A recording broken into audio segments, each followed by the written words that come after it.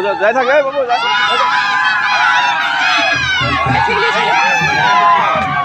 আপনাকে এখন গাড়ি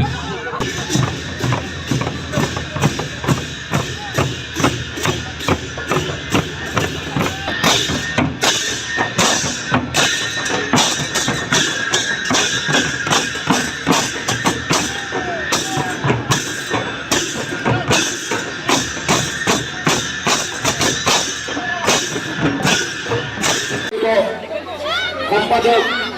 মাননীয় অবনী দেখা করিয়ায় তেখেতক এটি দাবী প্ৰদান কৰিব দেৱদাস শৰ্মা ডাঙৰীয়াই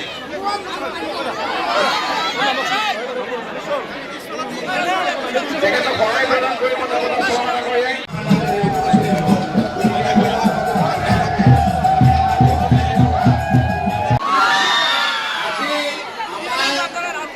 মাজত উপস্থিত আছে অসম প্ৰদেশ ভাৰতীয় জনতা পাৰ্টিৰ সভাপতি দিলীপ শইকীয়া ডাঙৰীয়া আমাৰ মন্ত্ৰী চন্দ্ৰমোহন পাটোৱাৰী ডাঙৰীয়া মন্ত্ৰী জয়ন্তমল্ল বৰুৱা ডাঙৰীয়া আৰু আমাৰ দলৰ ৰাজ্যিক প্ৰভাৰী হৰীশ দ্বিবেদী ডাঙৰীয়া মই সকলোৰে হৈ ভগৱান ৰাইজক সেৱা জনাইছো আৰু আপোনালোকৰ পৰা আমি আশীৰ্বাদ বিচাৰিছো আজি নতুন দিন আজি এটা আনন্দৰ দিন আৰু তাৰ লগতে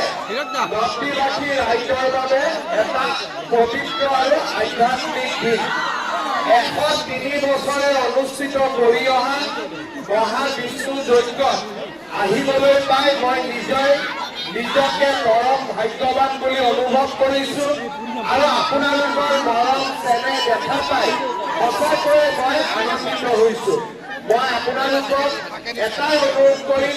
সদায় যেন আপোনালোকে আমাক এনেকৈ আশীৰ্বাদ দি থাকে আমি যাতে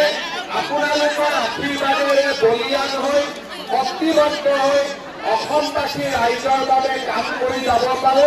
অসমৰ উন্নয়নৰ বাবে কাম কৰি যাব পাৰো মই বিশেষ আজি যজ্ঞৰ সময়ত বিশেষ ক'ব খোজা নাই যজ্ঞ কমিটিয়ে মোক অনুৰোধ কৰিছে চন্দ্ৰমোহন পাটোৱাৰী ডাঙৰীয়াই মোক অনুৰোধ কৰিছে যে এই মন্দিৰত এটা সুন্দৰ বিবাহ ভৱন এটা নিৰ্মাণ কৰি দিব লাগে মই বিবাহ ভৱনটি নিৰ্মাণৰ বাবে এই কমিটি আমাৰ ৰাজ্য চৰকাৰৰ ফালৰ পৰা দুটা কিস্তিত 1 কোটি টকা দিয়াৰ বাবে 50 লাখ টকা দি 50 লাখ টকা সৎ ব্যৱহাৰ হলে আৰু 50 লাখ টকা আপোনালোকলৈকে আগবঢ়াই সকলোকে বহুত শুভেচ্ছা জনাইছো আৰু বহুত প্ৰণাম জনাইছো আৰু আপোনালোক সকলোৰে আশীৰ্বাদ বিচাৰি মই মোৰ বক্তব্য সামৰণি মাৰিছো যিকোনো খবৰৰ বাবে যোগাযোগ কৰক 7099017330 লগতে 7099017110 নম্বৰত